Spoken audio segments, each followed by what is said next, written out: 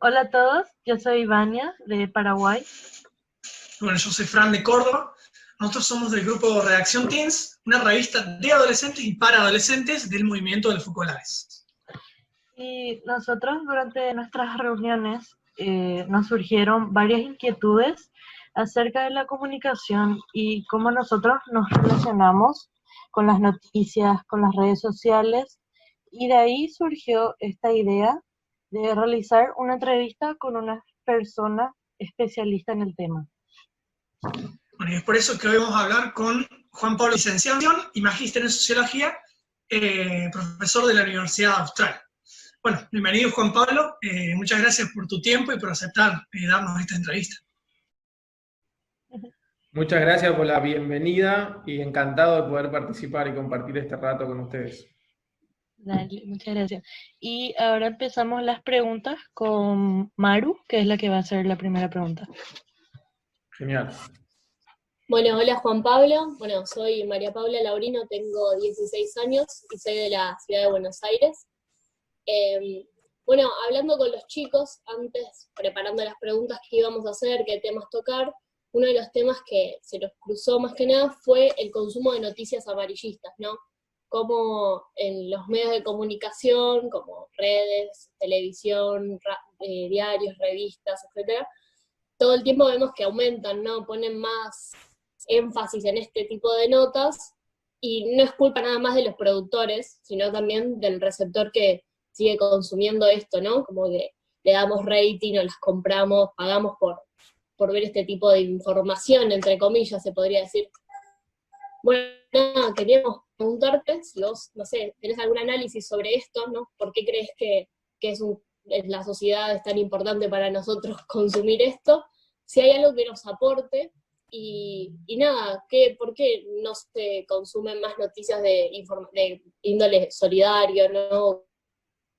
O buenos, que se hacen por el otro, más o menos por ese lado eran las preguntas. Espectacular la pregunta. Bueno, lo primero que hay que decir sobre este tema es que no es un tema de ahora. ¿Saben por qué el periodismo amarillo se llama periodismo amarillo? Por una historieta que tenían unos diarios en Estados Unidos a principios del siglo XX, que eran sobre un chico de origen oriental, que le ponían de título a la historieta de Yellow Kid, y por eso se llama periodismo amarillo, que es una cosa que no tiene una vinculación natural con el tema, ¿no? La espectacularización, podríamos decir. Pero esto es desde siempre ha habido una prensa o una cobertura informativa que alimenta el espíritu de entretenimiento del lector. Este sería ¿por qué se lee más o genera más interés? Y porque es más entretenido. Es así de básico, ¿no? Entonces, probablemente el mundo de las redes sociales o del rating minuto a minuto que se ha desarrollado en los últimos 15 años ha exacerbado la tendencia a buscar información entretenida, chismes, curiosidades, mundo del espectáculo, ¿no? Que en sí lo que hace es cumplir una función de esto de entretenimiento, ¿no? En la década del 50 y 60 hubo una corriente de estudios sociológicos que se dedicó a analizar cuál era la función que los medios de comunicación cumplían en la sociedad para la gente. Entonces ahí salieron más o menos algunas obvias, ¿no? O sea, bueno, sirven para mantenerse actualizados sobre información relevante, sirven, que eso lo llamaban monitoreo del entorno, sirven para establecer valores sociales. Por ejemplo, cuando te presentan noticias en las que hacen coberturas informativas sobre casos de corrupción o policiales, etcétera, se confirman determinados valores.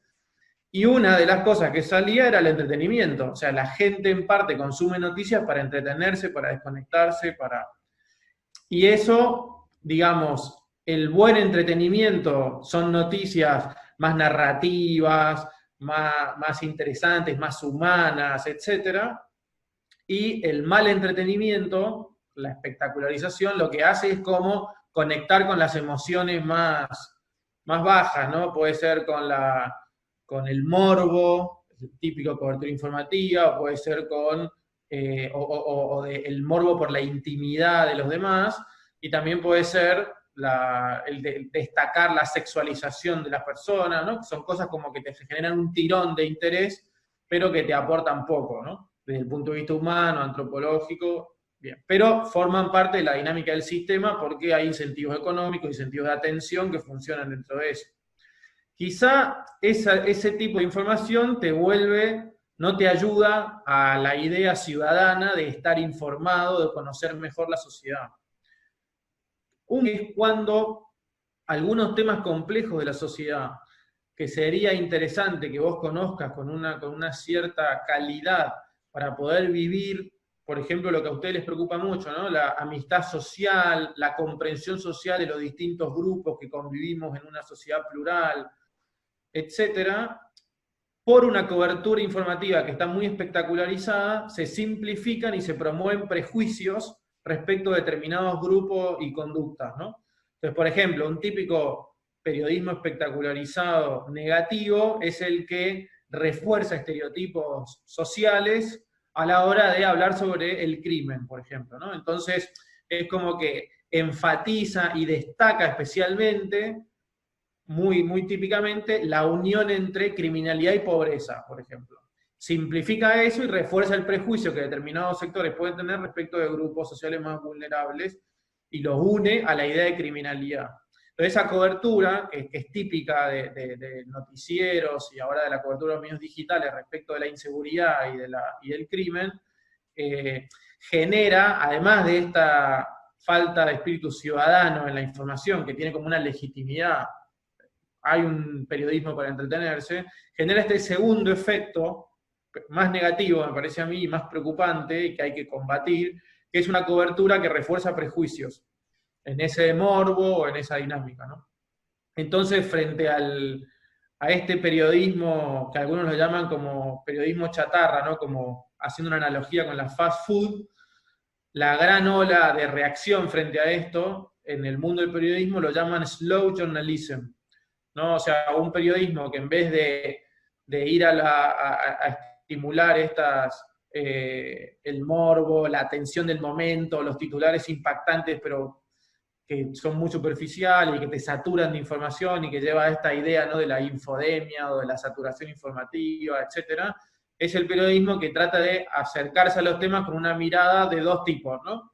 Cuando son temas que hay que entender, una mirada explicativa útil, periodismo de datos, periodismo ciudadano, bien hecho, ¿no? Donde vos necesitas conocer un tema desde el punto de vista ciudadano y te ofrecen una información atractiva, pero que te ayuda realmente a conocer el tema y a potenciar tu función de ciudadano.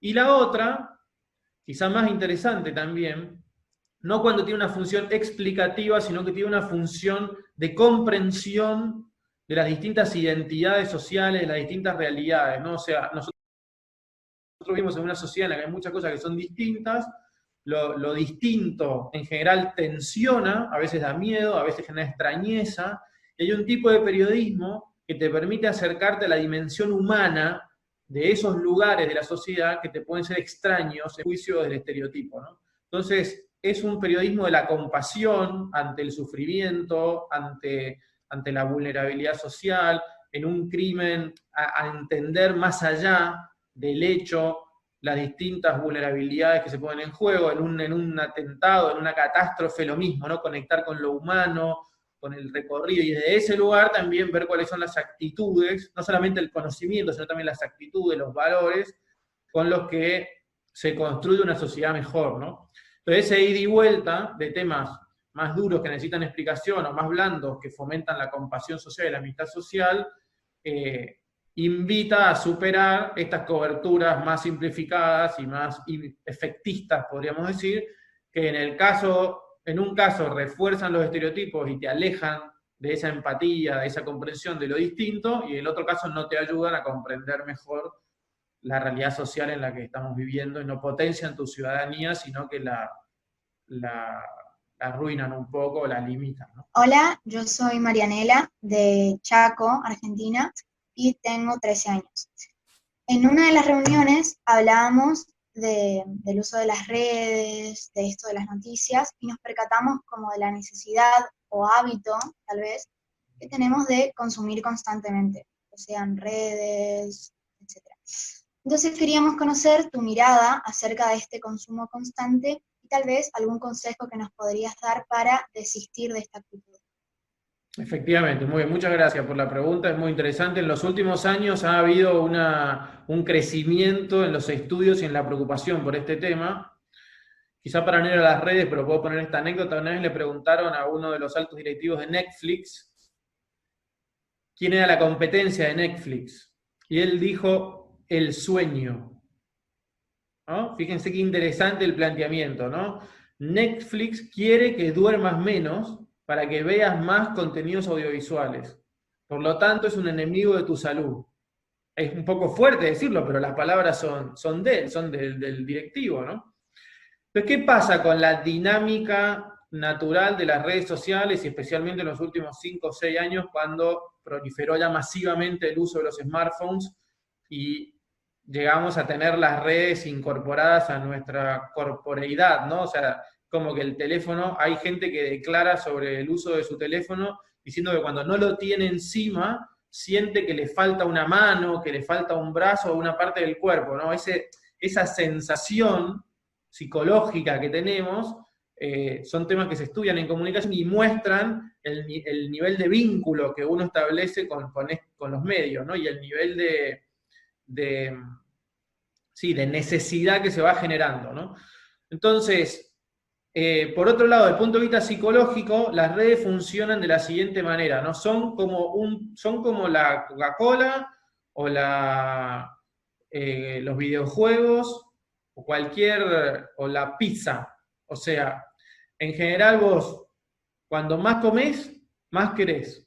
Es una dinámica de refuerzo que va generando como un efecto de tolerancia y entonces siempre querés más. ¿Qué pasa con los bienes como la pizza o la cerveza? Bueno, en un momento te hartás un poco, como que si te engolosinás y tomás mucho momento, ya, ahora por un par de días no quiero comer pizza, querré comer otra cosa, pero si me comí 7 pizzas, ¿no? ¿Cuál es el tema de las redes? Las redes tienen una novedad permanente. La pizza no te puede ofrecer una novedad permanente. En un momento te saturás de pizza. Pero las redes tienen novedad permanente. Y genera como este espíritu de ansiedad, de curiosidad, de ver qué pasa con la nueva actualización. Y eso formatea el cerebro. Formatea el cerebro. Es como que tu cerebro, que va consumiendo por el efecto de la curiosidad esa nueva información, cada vez para estar tranquilo necesita consumir antes la información. Y entra en una dinámica que se puede volver, y de hecho todos nosotros lo notamos, se vuelve adictiva. Y te das cuenta que muchas veces estás dándole a actualizar a WhatsApp, a Facebook, a Twitter, a Instagram, TikTok o a lo que sea, o que te enganchás, los que se dedican al aprovechamiento del tiempo lo llaman en gusanos del tiempo, ¿no? Entrás y es como que decías, no, voy a ver un poquito, 5 minutos de video, y salís a los 45 minutos, ¿no? Entraste en un gusano que te robó 45 minutos y empezás a perder un poco el control de la situación. Estás en una reunión familiar y estás pendiente del teléfono, estás hablando con alguien, estás pendiente del teléfono, estás a la noche que tenés que ir a dormir y te quedás enganchado en el teléfono, estás estudiando y te va el teléfono, ¿no? Y empezamos a notar una dependencia que nos hace mal, como cualquier cosa que cumple este mismo requisito, ¿no? Bueno, esto está bastante estudiado, son los fenómenos de adicción. Hoy se piensa desde la psicología cognitiva que se puede ser adicto casi a cualquier cosa en la medida en que te ofrezcan esta novedad permanente y que te satisfagan la ansiedad, el síndrome de abstinencia que te va generando poco a poco, ¿no? Entonces, ¿qué hacer frente a esto? Esta es una pregunta súper importante, ¿no? O sea, la dinámica vemos que tiene la misma lógica que una adicción, como posibilidad negativa, ¿no? Me salteo todo lo positivo que el tema tiene, porque la pregunta fue directamente sobre este punto negativo, ¿no? Entonces, ¿cómo manejar la dinámica de la adicción? Con una, podríamos decir así, dieta saludable de consumo de redes sociales. En vez de dejarte llevar por la dinámica que te lleva a cualquier lado, tenés que pensar, podríamos decir, qué es bueno para vos, para tus valores, para tu proyecto de vida, pensar cuál sería un consumo de redes que funciona a favor de tus valores y de tu proyecto de vida, y plantearte ese objetivo. Entonces, como la primera cosa, vos decís, bueno, en mi proyecto de vida cabe 1 hora de Instagram por día, por decir algo, ¿no? Que es de entretenimiento, de contacto con mis amigos, etc. Muy bien, 1 hora. Entonces, siguiente paso, listo, voy a ver 1 hora de Instagram por día. ¿Y qué es lo que pasa? Ves 7 horas.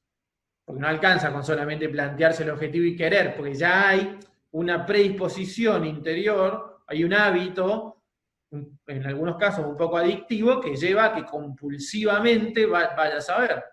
Entonces hay que empezar como a reeducar ese hábito. Entonces, ¿cómo se reeduca el hábito de ese consumo informativo?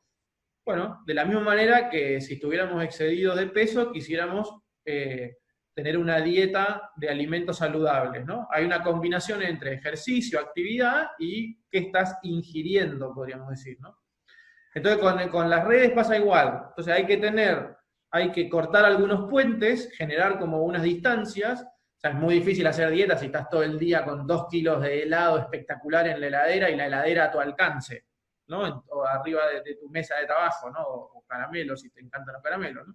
Entonces tenés que como que poner un poco de distancia. Entonces hay gente, cuando está así en plan muy extremo, que hace estas detox de conexión y se va un fin de semana al campo sin el teléfono, sin internet, como para empezar el show, un efecto de shock inicial. Y después los que están en situaciones más estándar, hay que ponerse momentos de desconexión para determinadas actividades. Entonces, para mí hay que invertir la carga de la prueba, y esto es algo que lucho yo todos los días, porque a mí también me cuesta, y me parece que a todos nos cuesta, es decir, no vivir conectado y pendiente del teléfono, sino vivir haciendo lo que uno tiene que hacer y conectarse cuando sea necesario. Y desde el punto de vista del entretenimiento, conectarse cuando uno tenga pensado, ¿no? De la misma manera que habitualmente uno no se pone no sé, en días de trabajo, de estudio, en épocas de cuatrimestrales o de los exámenes que haya, no te pegas una maratón de series de todo el día porque tenés que estudiar. Bueno, pero bueno, un domingo de vacaciones pinta, ¿no? 20 capítulos en 4 días, ¿no? Entonces, en la vida cotidiana hay que hacer lo mismo, echar al teléfono, a la computadora, de las otras actividades que queremos hacer. Podríamos decir, si querés rezar, dejá el teléfono en otro lado y apagalo. Si querés estudiar, lo mismo. Si tenés que trabajar, hacer un trabajo práctico o algo, conectarse solo estratégicamente, ¿no? Para buscar algo directamente. No permitir que todo el tiempo las notificaciones y el mensaje del teléfono nos esté como invadiendo. Si estoy con amigos, estoy con alguien, también, ¿no? O sea, a veces no alcanzan con tenerlo en el bolsillo o en modo avión, hay que distanciarse más del teléfono, ¿no? También recomiendan mucho los psicólogos, sobre todo, cuidar la noche, porque el ser humano necesita dormir y la cultura contemporánea conspira contra que durmamos. Nunca en la historia de la humanidad hubo tantas noticias y tanto entretenimiento tan barato, tan a la mano. Esto es una revolución antropológica. Antes tenías que esperar una semana para ver el siguiente capítulo de la serie. Bueno, a lo sumo al día siguiente, si era una telenovela de la tele de todos los días, que van todos los días, ¿no? Ahora, o sea, este efecto de poder hacer todo seguido y nunca parar y estar en un tobogán infinito de consumo informativo, es algo muy nuevo.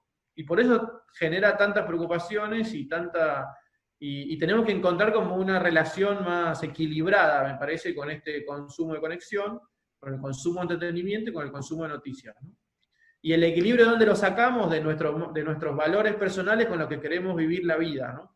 Este es nuestro proyecto. O sea, nosotros queremos vivir de una manera y tenemos que hacer que la tecnología nos ayude a vivir así y no que se ponga en el camino y nos dificulte vivir así. Y si nos dificulta vivir así, hay que intervenir, con lo costoso que sabemos que es intervenir. Hola Juan, yo soy Valen, tengo 15 años, soy de Buenos Aires. Y bueno, con respecto a las fake news que estábamos hablando con los chicos, bueno, ¿cuál sería el motivo por el cual las noticias falsas se viralizan tanto y tan rápidamente?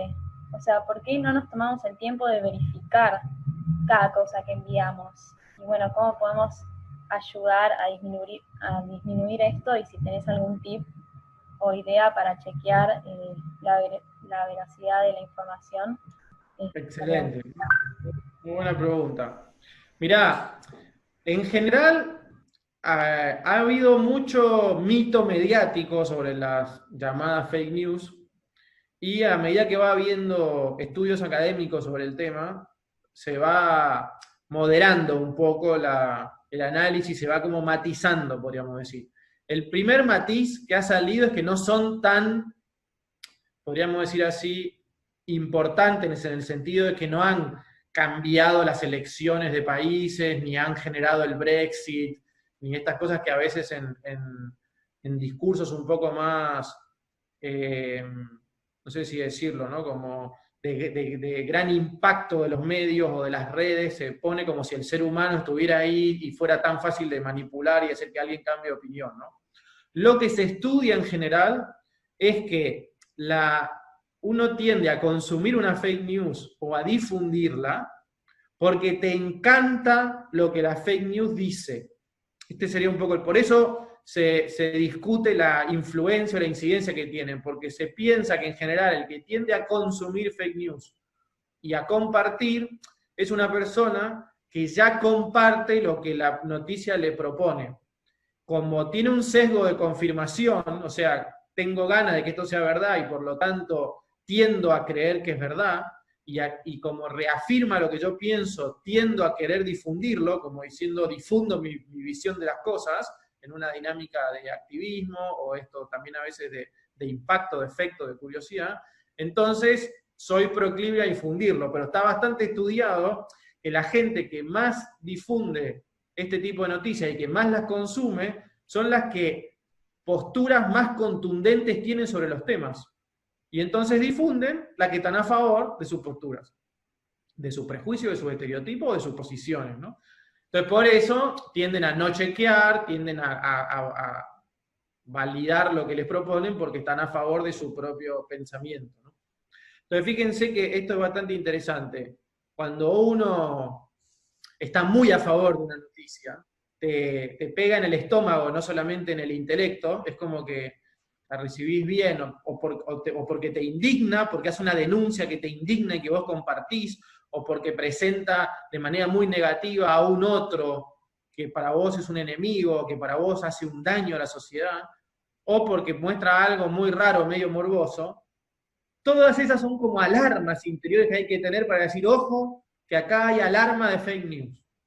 Entonces, si uno quiere como fomentar una difusión de información y de contenidos que sean de calidad, que ayuden a la sociedad a vivir la empatía, la amistad social, a estar mejores informados para poder tener unas mejores participaciones ciudadanas, cada vez que reconocemos ese deleite de indignación, ese deleite de activismo interior frente a una noticia que nos mandan, se debería prender una luz que diga, ojo, que tu sesgo de confirmación se está activando. Y entonces la noticia va al estómago, el estómago pasa al reenviar de la mano. Y no por un proceso de análisis más elaborado, más lento, podríamos decir, lo llaman los estudiosos de esto, lo llaman como que el cerebro tiene como dos vías de funcionamiento, una vía rápida y una vía lenta. Todo lo que funcionamos de manera automática, directa, los cálculos, las intuiciones y la fake news que nos gustan, etc., vamos por la vía rápida, que es como más perezosa y nos ahorra energía y confirma lo que pensamos, nuestros sesgos con todo, podríamos decir. Y después está la vía lenta, que es más reflexiva, analítica, etc. Cuando nos topamos con una noticia que nos impacta de esa manera, tendremos que hacer el warning y hacer como la sugerencia de decir, pasá esto por el circuito lento, y a ver si traspasa un par de criterios de validación, de credibilidad, ¿no? Una búsqueda en Google, un pensar cuáles son los valores que la noticia está transmitiendo, y si vos realmente compartís todos los valores que la noticia tiene, y no solamente el que te está pegando en el estómago, ¿no?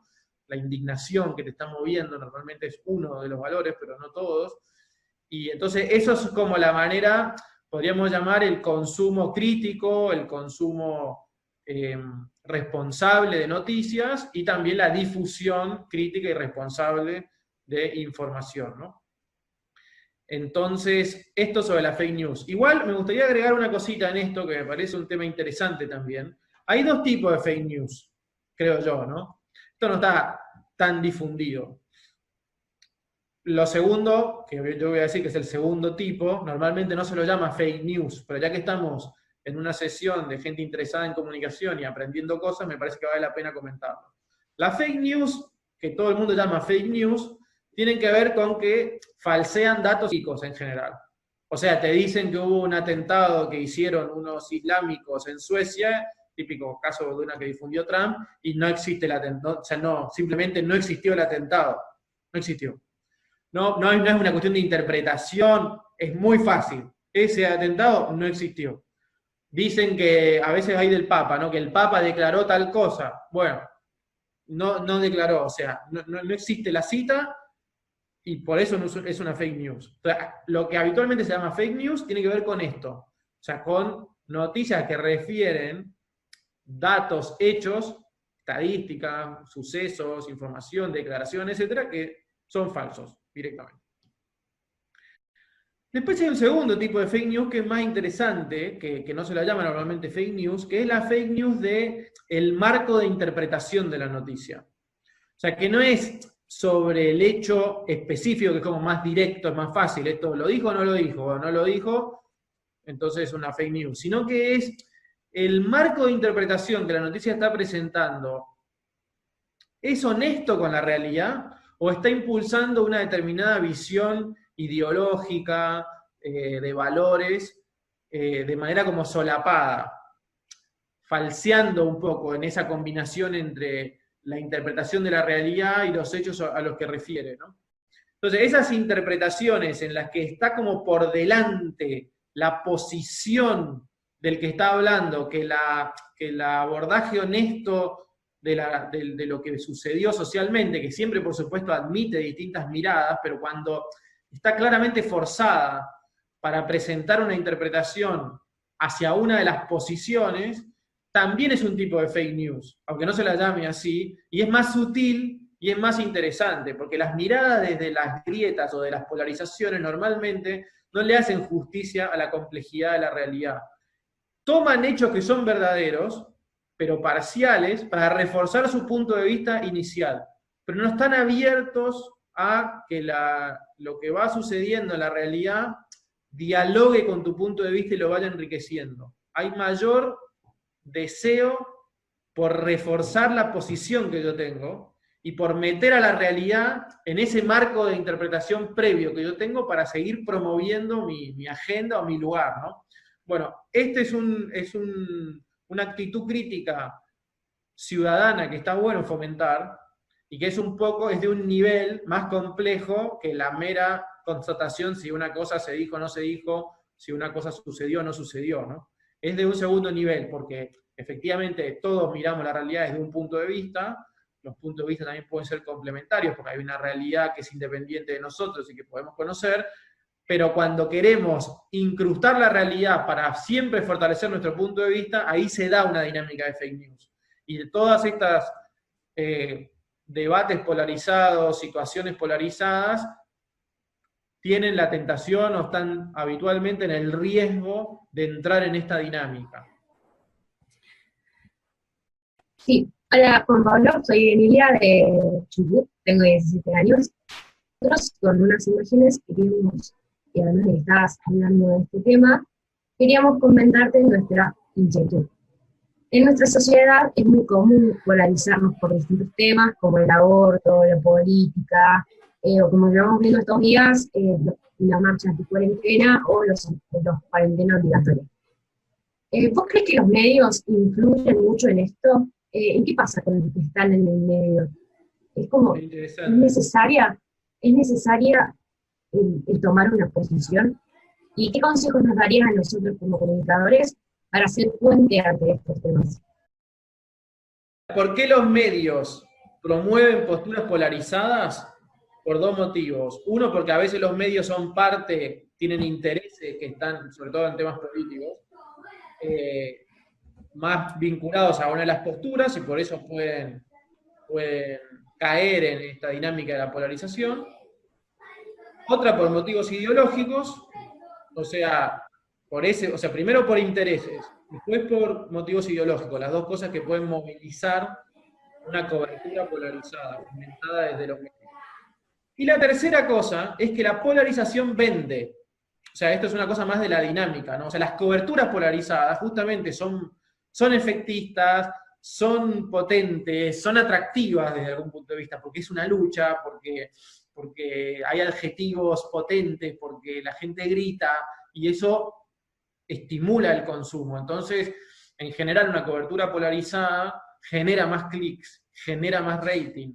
La polarización tiene como un atractivo. Nosotros mismos nos damos cuenta de que te tironea para leer, para seguir, cuando ves esa cosa impactante, cuando ves que se empiezan a pelear. Bueno, a veces puede cansar un poco, pero... Entonces, eso desde el punto de vista de los medios. O sea, la realidad es que los medios tienen un incentivo grande al rating, a los clics, a vender, y este tipo de dinámicas sociales alimentan la venta. Bien.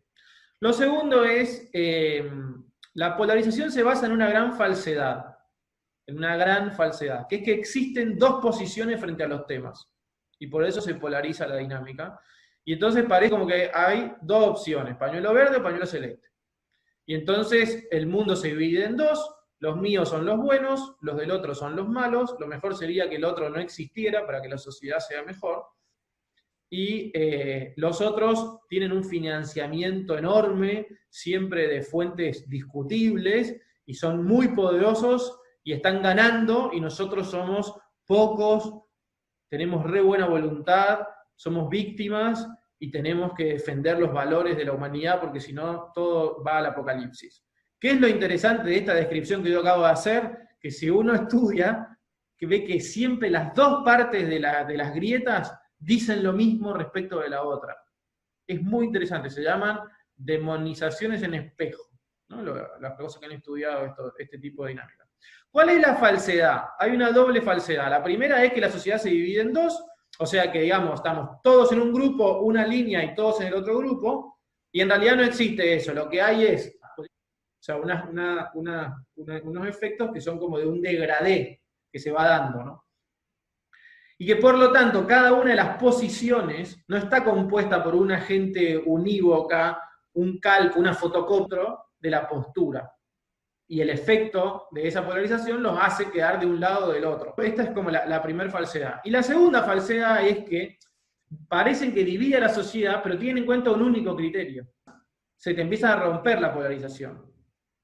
Y esto es muy interesante, porque toda esta visión negativa del otro que se genera, en realidad es una artificialidad. ¿Cómo se combaten las polarizaciones? Se combaten pensando en que vos le tenés que hablar al tipo o a la chica que quedó del otro lado de la polarización. Entonces, ¿qué es lo que hay que tratar de hacer? Hay que tratar de que estas personas que están cercanas, que están serenas, puedan conversar, porque las polarizaciones habitualmente entran a cosas de identidad y de valores abstractos. Y normalmente los debates tienen que ver con gente concreta que tiene problemas. Normalmente los que están en el medio tienen la capacidad de no extremarse por la defensa del valor que les preocupa y tratar de orientar energías a solucionar los problemas concretos de la gente, a acordar soluciones prácticas que por más que no en primer plano, ayudan muchísimo a entender mejor los problemas, a acordar soluciones prácticas que por más que no resuelvan el nivel de los valores, porque las tensiones son objetivas, o sea, no se pueden resolver de un día para el otro, pero te ayudan a trabajar en conjunto para mejorar la vida de los otros. Que te das cuenta como esta dinámica rompe totalmente la idea de la polarización, por dos cosas. Una, porque le proyecta al otro buenas intenciones, y porque está dispuesta a buscar el consenso entre medio de las cosas que tienen disenso, y a trabajar juntos para solucionar los problemas y servir a las personas reales, ¿no? Me parece que este espíritu de diálogo, de compartir valores y de ayudar a los demás, es el camino que hay que recorrer para combatir las grietas o las polarizaciones. Hola Juan, soy Juan y ya me había presentado hace un rato, pero me vuelvo a presentar. Soy Juan y Clariana ¿cómo se llama? Capital Federal, y te quería hacer una consulta por un dilema que a veces se me genera a mí, capaz se le genera a los demás, como en esto de buscar la diversidad y poder discutir las diferencias para poder debatir, como qué criterios podemos llegar a tener dentro de estas polarizaciones, dentro de esta grieta, sentarse a debatir las diferencias para tener una conversación fructífera, o no sé. Lo que sí depende de vos es romper con esa mutua descalificación. Eso sí depende de vos, porque el otro te puede descalificar, pero vos no lo descalificás. Ahora, es muy cristiano romper con esas dinámicas. Es un valor del Evangelio fundamental, que ayuda enormemente a cortar con espirales de violencia. Que alguien corte, que alguien diga, no es ojo por ojo, diente por diente. Me voy a dejar maltratar sin vengarme, lo voy a perdonar. Por más que aparentemente su saxonidad, la apertura a los demás. Voy a dejar que me pegue la segunda cachetada, me voy a dejar maltratar sin vengarme, lo voy a perdonar. Por más que aparentemente sus acciones no merezcan el perdón, yo voy a perdonar igual. Y así voy a favorecer a crear una cultura de paz y una cultura de diálogo, ¿no? Dudar del prejuicio que tenía reprobatorio sobre vos, como miembro del otro bando, entre comillas. Pero se siente interpelado también, y puede cambiar, puede dudar del prejuicio que tenía reprobatorio sobre vos, como miembro del otro bando, entre comillas, ¿no? Y entonces es una dinámica interesante. Buscar relaciones interpersonales, buscar puntos en común, trabajos compartidos. Esto hay necesidad tan clara de mucha gente, que se llama Jonathan Haidt, que pone la metáfora de las catástrofes naturales, ¿no? Típica cosa, ¿no? Hay una inundación, un terremoto, etcétera. Son fenómenos que tienen ponen en primer plano la necesidad tan clara de mucha gente que disuelven las rivalidades y de alguna manera todos, por lo menos en un primer momento, se ponen a ayudar a los necesitados, ¿no? Bueno, poder generar esa dinámica, la dinámica de encontrar problemas que nos preocupen a los dos y trabajar juntos, nos va a ayudar a tener una relación, una amistad, si Dios quiere, que pueda contener las discusiones sobre temas más potentes. ¿Con quién podés discutir cualquier cosa? Con tu mejor amigo. Porque sabés que la amistad contiene la discusión y podés ser enfático, podés defender con todo tu postura, pero como estás en el contexto de una amistad, el otro sabe que sos una buena persona y que lo estás haciendo con honestidad y también se siente cómodo para hacer lo mismo. Entonces, las relaciones de amistad o de mutuo respeto, de mutua valoración, amistad desde la más intenso hasta amistades más comunitarias, podríamos decir, ayudan, favorecen la posibilidad de tener un diálogo sobre temas en los que estamos en desacuerdo sin romper la relación. Ese sería el punto. Mientras más en desacuerdo estás y más importante es el tema, más fuerte tiene que ser el marco de amistad que lo contiene. Por lo tanto, un camino, porque esto es un camino, no es un resultado, un camino es, cuando vos ves que hay grandes diferencias, invertir primero en la relación. Y la relación te va a ir permitiendo ampliar la agenda de las conversaciones, podríamos decir. Y después hay un último paso que se puede dar, que es, porque ahora lo que hemos dicho es, vos tenés que abrirte al otro, el otro quizá no se abre, pero vos cortás con las dinámicas de espiral de violencia. Vos podés crear buenas relaciones con el otro para que se generen contextos en los que se puedan hablar las cosas. Pero hay un tercer paso que es más intelectual, que es decir, vos podés mejorar la presentación de tu visión de las cosas para que sea más atractiva para el otro. Podríamos decir así, los temas son muy complejos, por lo tanto vos nunca sos capaz de expresar al 100% la bondad que tiene algo que estás promoviendo. Ponele que tenés un 50%. Tu estudio, tu formación, tu experiencia de vida, tu capacidad de empatía, tu diálogo con otros, te ha ayudado a tener una versión de este tema que tiene un 50% de verdad, ¿no? ¿Qué pasa si vos a esa explicación le lográs extender un 20% más? Lográs sumarle un valor extra a tu explicación. Puede ser que sea más atractiva para la persona que te está escuchando. Porque tomaste un valor, algo que al otro le preocupa mucho, y lo hiciste parte de tu argumento para mejorar la explicación del tema que vos estás queriendo compartir y por lo tanto ayudar a que el otro lo entienda mejor o se abra a entender el tema. Entonces le pongo esto por ahí, es un poco abstracto, pero vamos a un caso concreto, ¿no? El Papa Francisco en la encíclica Laudato Si. Entonces, ¿qué hace el Papa Francisco? Hay una duda en la humanidad que cuál es la visión de la Iglesia sobre la ecología. En realidad, la doctrina sobre la ecología está hace decenas de años. Pero por ahí no estaba tan explicitada, tan en primer plano, y hay un reclamo de la sociedad que le dice a la Iglesia, che, ¿ustedes qué piensan sobre la ecología? ¿Están a favor, están en contra? Porque hay mensajes contradictorios a veces entre los matices, ¿no? Muy bien, entonces el Papa dice, vamos a profundizar con comisión de expertos, análisis del tema, teólogos que estudian, reflexión, experiencias, ¿no? Vamos a profundizar.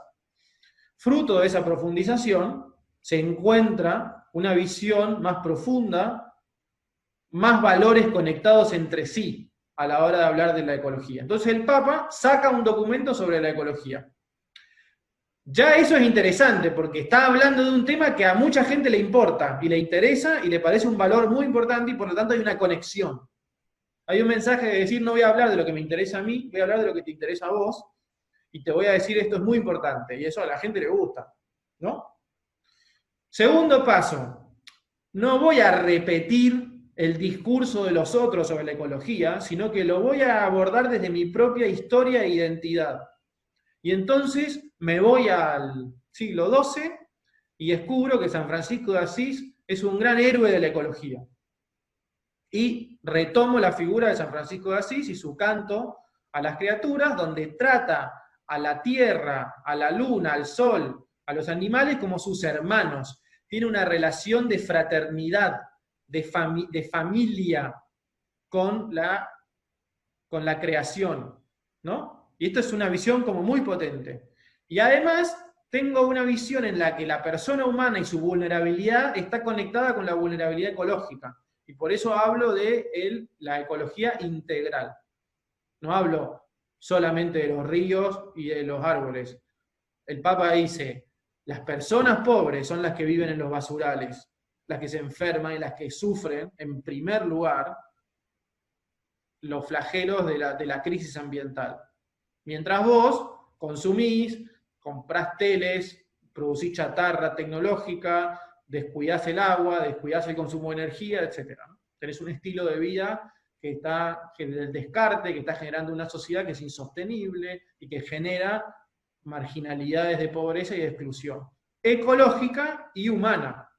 Fíjense, es impresionante lo que va pasando en el documento.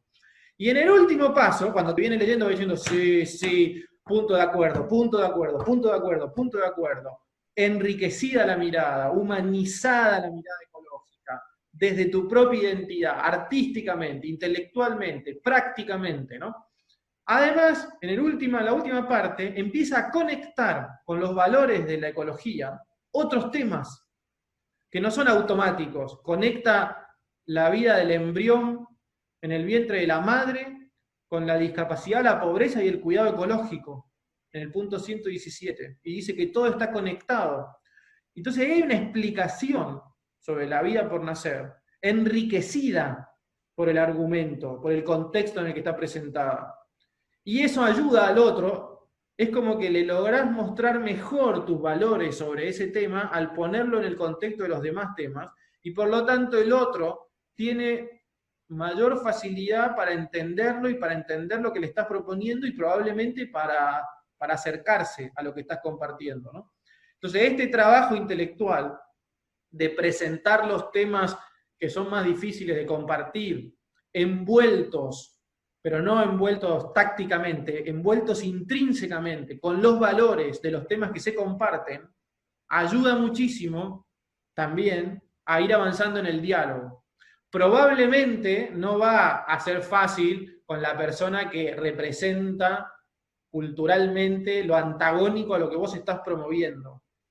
Pero a toda esa gente que está en el medio, que quedó en la grieta un poco de manera artificial, porque no tiene posturas polarizadas, sino que tiene posturas problematizadas, abiertas a la conversación, etc., le resulta absolutamente persuasivo este tipo de planteamientos, porque le estás ofreciendo el valor del respeto y el diálogo, de la cordialidad, de la serenidad, del servicio al otro, y estás, a partir de esa profundización, estás ofreciéndole una mejor versión, una versión más verdadera de lo que vos pensás sobre algunos temas que son polémicos, como pueden ser la familia, la sexualidad, la vida, los inmigrantes, etcétera, ¿no? Entonces, esto me parece que es un trabajo que es en parte de los comunicadores, es en parte de los intelectuales, de los distintos agentes pastorales, de los líderes sociales, de estar permanentemente tratando de profundizar y de conectar con más valores para poder enriquecer la comunicación de los temas que son más controversiales. Y facilitar de esa manera que nuestros interlocutores se puedan abrir, puedan ver brillos nuevos, luces nuevas en lo que nosotros estamos queriendo compartir, que siempre es una dinámica de win-win. Esta es la gran diferencia entre el diálogo y la polarización, es que en la polarización uno gana y el otro pierde. En la polarización extrema uno es afirmado y el otro es totalmente cancelado, y en el diálogo los dos ganan. Este es como el espíritu, ¿no? Los dos ganan, los dos caminan juntos y van, a partir de las cosas que tienen en común, acercándose en las diferencias. Y probablemente puedan llegar a un destino compartido. Bueno, son como dos modelos de sociedad, una espiral positiva y una espiral que termina lamentablemente en dinámicas de violencia verbal o de violencia física y de exclusión y de conflicto. ¿Cómo hacer cómo atajarse, digamos, a toda esta presión que un poco mete en la sociedad? Es decir, tenés que tomar postura, tenés que polarizarte y el otro está equivocado y todas estas cosas. ¿Cómo uno intentar atajarse cuando está en el medio del incendio, digamos? Cuando está la discusión a flor de piel y todas estas cosas. No sé, ¿qué recursos concretos así para decir, bueno, intento generar diálogo? Muy bien. Pero bueno, acá tenemos como dos problemas, vos estás presentando, dos niveles del problema. Hay un problema que está en el nivel superior, que es el nivel de la política, de las grandes corrientes culturales, de la aprobación o no de un proyecto de ley, etc., ¿no? Entonces, en ese nivel, lo importante es intervenir con profesionalidad. Muchas veces lo que pasa cuando la lógica de la política secuestra la cotidiana de todos de manera total, te empiezan a reclamar supuestos aportes a esa dinámica en formato de activismo y de tono polarizado que harían un efecto, pero en realidad es medio una falacia ese planteamiento, ¿no? El activismo de sofá hace bastante poco, o sea, reenviar cosas, normalmente está bastante estudiado, ¿sabes? Entre quiénes se reenvían las cosas, entre ustedes. Las cosas circulan de manera intensa entre la misma gente que está convencida y tienen poca capacidad para interpelar o para ayudar a alguien que está fuera de ese círculo de convencidos. Y si salen del círculo de convencidos, lo que generan es rechazo por justamente el tono, el planteamiento, etc., ¿no? Entonces, desde el punto de vista técnico, ese tipo de dinámicas, la mayoría de las veces, no digo siempre porque hay matices, son de mala calidad técnica, o sea, se desaconsejan desde el punto de vista de inteligencia, de incidencia política y social. Y normalmente esas batallas que se plantean como a todo o nada, son fruto de un proceso mucho más largo. Por lo tanto, lo que se está dirimiendo son pequeñas cosas en la regulación, que sale un poco más acá, un poco más allá, pero que depende, se nutre de unas raíces que son más largas y sobre las que hay que trabajar de manera de largo plazo, podríamos decir. Porque si de alguna manera se terminan perdiendo la configuración de las leyes, es porque antes se perdió el corazón y la visión del mundo de las personas. Porque el sistema político actual normalmente lo que hace es ir poniendo sociales. A veces se aceleran un poco, pero un poco. Es muy raro que haya algo que sea totalmente, entre comillas, manipulado por la élite política. No funciona muy así la cosa. Bien. Entonces, en ese nivel, profesionalidad y dedicación seria. No querer tranquilizar la conciencia con un manotazo de que hago algo, revoleo un folleto, pego algo en el grupo de la familia, meto unos likes en Facebook y ya me siento el gran promotor de la justicia y de los valores. No, la verdad que lo que hiciste ahí fue dejarte polarizar, dejar que tu estómago indignado secuestre tus manos y tu cerebro, tener una visión muy negativa de los demás y no haber hecho un gran aporte, porque probablemente todo eso fueron mensajes que le llegaron a gente que ya los compartía. Y cuando le llegaron a alguien que no los comparte, le confirmaron el rechazo que tienen por tu postura, pues son poco interesantes, suelen ser bastante violentos y fuertes, ¿no? Muy bien, entonces, ¿qué es lo que pasa en el siguiente nivel? Que es el nivel de la realidad, de tu realidad cotidiana, de tus compañeros de colegio, de facultad, de tu familia, de tu barrio, de tu club, etcétera, ¿no? ¿Qué pasa ahí? Bueno, ahí está tu ámbito de influencia real. Tenés relaciones reales con la gente que te quiere, te valora, te conoce y con la que podés tener conversaciones interesantes.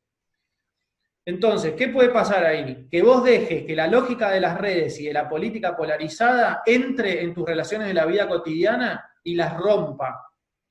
Y rompa tu posibilidad de ayudar a los demás. Y entonces, por esa dinámica en la que vos supuestamente estabas aportando a una dinámica política con productos de baja calidad, perdiste, te desacreditaste para ayudar a las personas de verdad que están a tu alrededor. Esto a mí me parece muy importante, y más desde una mirada católica del tema, en el que la apertura hacia los problemas del otro son la prioridad. Yo digo siempre, vos tenés que hablar sobre estos temas de tal manera que si hay alguien que está problematizado, que tiene dudas, te sienta cercano y quiera hablar con vos sobre esto. ¿Qué implica eso? Que hable con respeto, que no descalifique la postura del otro. Hay un ensombrecimiento en la comprensión de este tema. Entonces, para la gente es difícil. La gente que ha sufrido violencia, que ve contextos negativos, que no encuentra otras opciones, sufre frente al asunto. Entonces, ¿cómo te haces cargo vos de ese aspecto de la realidad, del sufrimiento, de la vulnerabilidad, de la falta de ideas claras, de la confusión que a veces hay sobre los asuntos? ¿Empáticamente o denigratoriamente, ¿no? Vos querés ganar una discusión, la mejor manera que hay para que el otro se reafirme en los valores contrarios a los tuyos es que le ganes en una discusión, y más si es en público, porque lo humillás, y entonces se afirma mucho más, y ahora tiene bronca, y va a estudiar mucho más para tratar de ganarte la próxima. ¿No? Es ganar, perder, es una dinámica malísima para nuestro planteamiento, y es la dinámica de la polarización. ¿Qué es lo que hace? Transforma a la persona que tiene que es una única ser, único con su historia, su biografía, sus valores, sus problemas y sus inseguridades, la transforma, le pone la careta de un pañuelo y la transforma en un estereotipo, en una caricatura empañuelada, le saca la cara y le pone el pañuelo. Entonces vos te peleás con un pañuelo que no existe, es un ente abstracto, y perdés la oportunidad de relacionarte con la persona real, que es la persona a la que vos podés ayudar. La podés ayudar con tu mensaje y la podés ayudar con tu servicio. Primera gran cosa. Segunda cosa, más puntual, es la mejor manera de romper las polarizaciones es trabajar con los demás en valores compartidos. ¿Nos peleamos en el aborto? Vamos a darle de comer a la pobre gente que vive en la calle. Vamos con el termito, con sopa de arroz, a charlar con la gente, a escuchar los problemas que tiene y trabajar juntos en solucionar los problemas urgentes y dramáticos de la realidad que todos compartimos y vemos. Ahora estamos viviendo esta pandemia que va a generar unas consecuencias sociales tremendas. Va a haber un montón de oportunidades para trabajar juntos ayudando a los que van a sufrir las consecuencias más duras de de la recesión y de la crisis social a la que nos estamos desencaminando, de la misma manera que hoy muchos nos hemos unido para ayudar a las personas afectadas por el virus, ¿no? Entonces, me parece que es como cambiar de eso, ¿no? De la cultura del enfrentamiento, del búnker, de las barra bravas, a lo que el Papa Francisco propone, que es la cultura del encuentro, que es caminar juntos, trabajar juntos para ayudar a los demás y ir generando las condiciones para abrirnos a los valores del otro y poder compartir lo que tenemos en el corazón. Y si nosotros sabemos que lo que tenemos para ofrecer nos hace bien a nosotros y le va a hacer bien a los demás, probablemente en ese plano inclinado, en esa gradualidad, lo podamos ir compartiendo y podamos ir ayudando a los demás a tener una mirada más profunda, más rica, más interesante sobre todos los grandes temas que se debaten. Bueno, hola Juan, soy Rosario Blanco, vivo en Buenos Aires y tengo 14 años. Y te quería preguntar sobre TikTok. Yo solo usé esta aplicación para entretenerme, para cuando estoy aburrida. Y este último tiempo apareció como una plataforma no segura, y esto nos generó inquietudes. Y leyendo las noticias nos enteramos que se enfrenta a problemas en todo el mundo debido a cuestiones de privacidad y seguridad. Y nada, queríamos saber qué harías en nuestro lugar. No sé, si cerrarías la cuenta o si seguirías, y si hay algunas medidas de protección. Muy bien. Después yo tengo una pregunta que viene muy en la línea con esta de consumo irónico, que tiene que ver con el fenómeno de las conspiraciones, de la conspiración. Cosas como, bueno, Illuminatis, el terraplanismo, los antivacunas y estas cosas. Mi pregunta es, ¿por qué este tipo de ideas cobran cada vez más fuerza, y más ahora con las redes sociales? ¿Qué es lo que las hace tan atractivas? Y bueno, ¿y qué rol juegan los medios en estas cuestiones de difundir esto? Muy bueno. Tremenda pregunta también. Bueno, hola Juan, soy Sofía, tengo 17 años, soy de Tierra del Fuego, Argentina, y mi pregunta era, bueno, a raíz de que queríamos saber también un poco más sobre vos y sobre tu carrera, queríamos saber cómo te iniciaste, cómo sentiste el llamado a tu profesión y cómo fueron tus primeros pasos en el medio. Una cápsula para cada uno. A ver, TikTok. Efectivamente hay un debate ahora sobre el tema de la seguridad. Suele haber debates sobre los temas de la seguridad de datos en las aplicaciones exitosas nuevas. Porque Internet, básicamente todo lo que es gratis en Internet, no es gratis en realidad. A vos te dan algo gratis porque vos le das tus datos o tu atención, ¿no? Estas son las dos cosas que vos le estás dando a Internet todo el tiempo, ¿no? Tu atención y tus datos. Muy bien, entonces, hay distintas visiones sobre el tema. En general hay una corriente que está empezando a promover mucha más seguridad y conciencia de datos, o sea, de cuidar más la privacidad. En Argentina no hay tanta sensibilidad por este tema. Hay visiones desde el punto de vista del marco de valores que son totalmente legítimas, un tema muy opinable. Me parece que en el nivel actual, si TikTok está tomando algunos datos que son improcedentes, el nivel de exposición que está teniendo va a llevar a que reforme su política de datos y que los expertos se van a estar controlando, y la dinámica es que el sistema, cuando algo triunfa tanto, mejora rápido y se pone en estándares de calidad normal. Ahora, el consumo en Internet gratis, hay que saber que es a cambio de datos. Entonces, si vos no querés que tus datos estén circulando por el mundo, no puedes usar cosas gratis. Este es un primer punto. Después decir, bueno, yo tampoco tengo ningún maleficio porque circulen mis datos. Bueno, muy bien. Eso también puede ser verdad. Entonces, si ese es el caso, no hay ningún problema, si vos tenés esa visión sobre el tema de los datos. Yo me preocuparía más por el tema de no entrar en contacto con extraños en Internet.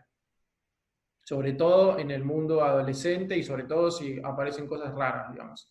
Me parece que hoy es mucho más importante los temas de grooming, de acoso en dinámicas de redes, etcétera, de fotos, de agresiones, de chats raros, de contactos de contactos, ¿no? De perfiles falsos que se arman para tratar de entrar en estas dinámicas, me parece más importante en este nivel, estamos hablando de TikTok, ¿no? De los datos, me parece más importante cuidar y promover una cultura de relaciones responsables a través de las redes, de los videojuegos y del intercambio de fotos y información, etcétera. Mucho más importante esto que el tema de los datos.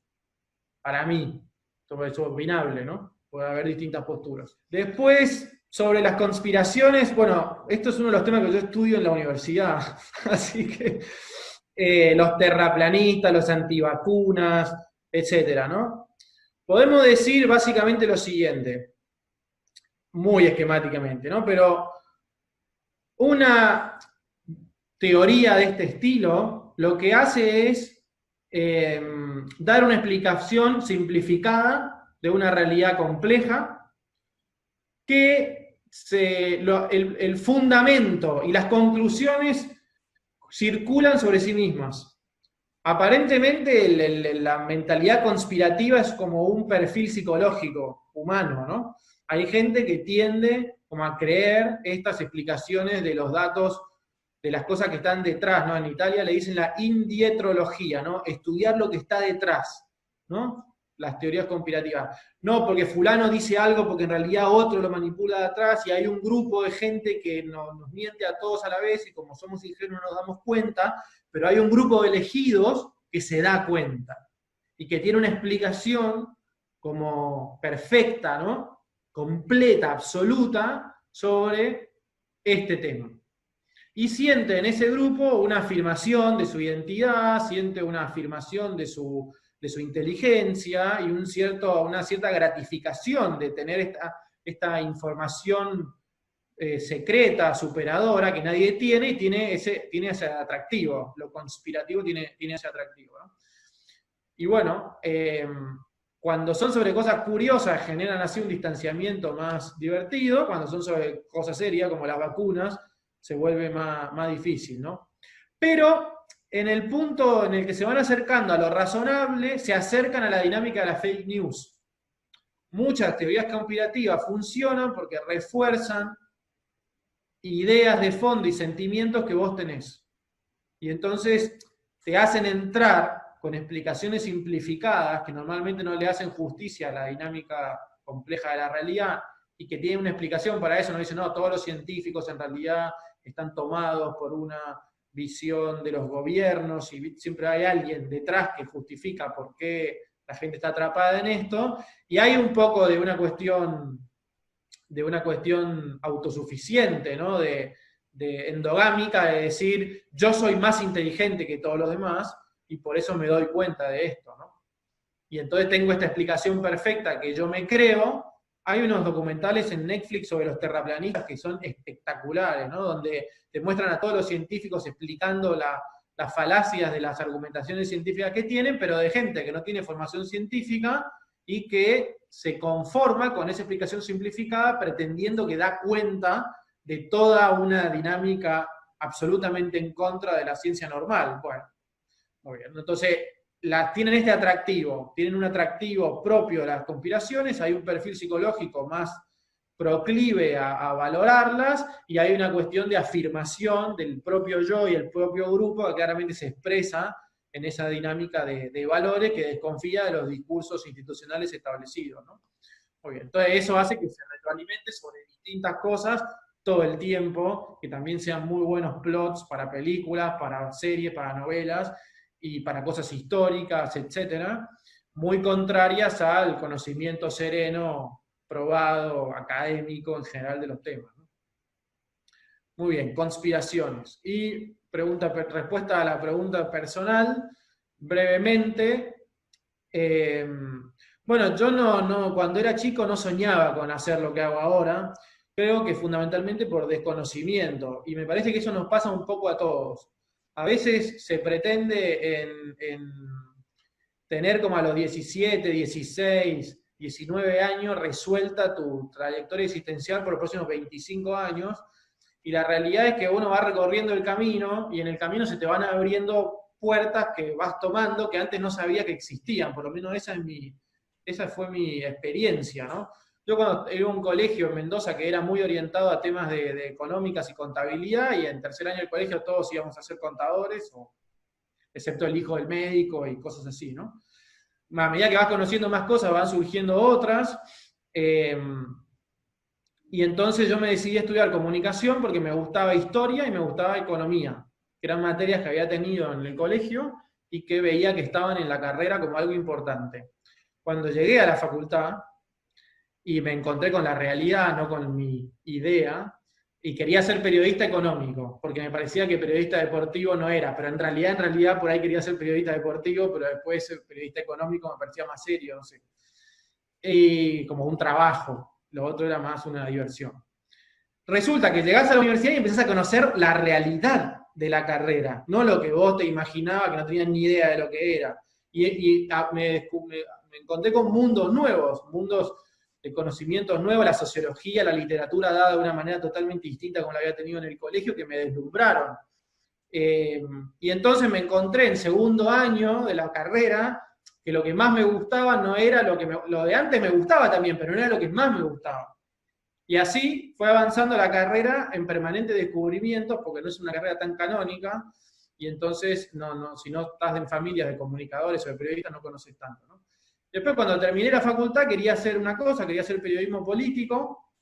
Por cuestiones de trabajo hice alguna cosita, pero empecé a escribir para algunas revistas, en una empresa, y al año y medio me ofrecieron colaborar para los proyectos de comunicación del Opus Dei en Argentina, Paraguay y Bolivia, en el contexto en el que se estaba estrenando la película del Código Da Vinci, que puso a muchas cosas de la Iglesia, y en concreto también del Opus Dei, en la tapa de todos los diarios del mundo. Y fue un proceso de trabajo alucinante.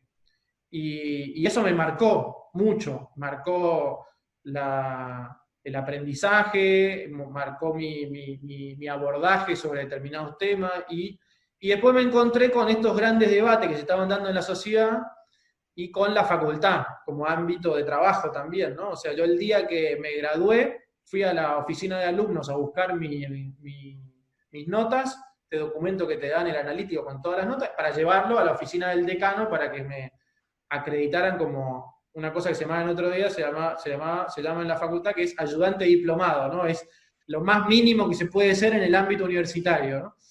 Y también tuve como un recorrido ahí que me fue de a poco haciendo especializar en los grandes debates sobre valores y la comunicación de crisis, que es un poco lo que estudio y enseño en la facultad, y también lo que me ha llevado a asesorar a iniciativas, proyectos educativos de valores, instituciones católicas, casi en 15 países, ¿no? Que eso hace 10 años tampoco nunca hubiera soñado que iba a conocer tantos países, que iba a poder trabajar para tantos lugares distintos. Pero bueno, es eso, ¿no? O sea, vos con mucha energía, entusiasmo, metiéndole para adelante, haciéndote muchos amigos y estudiando todo lo que puedas, vas viviendo y se te van abriendo puertas que muchas veces no habías imaginado, y bueno, es bastante una aventura esto, ¿no? Y esa es mi experiencia.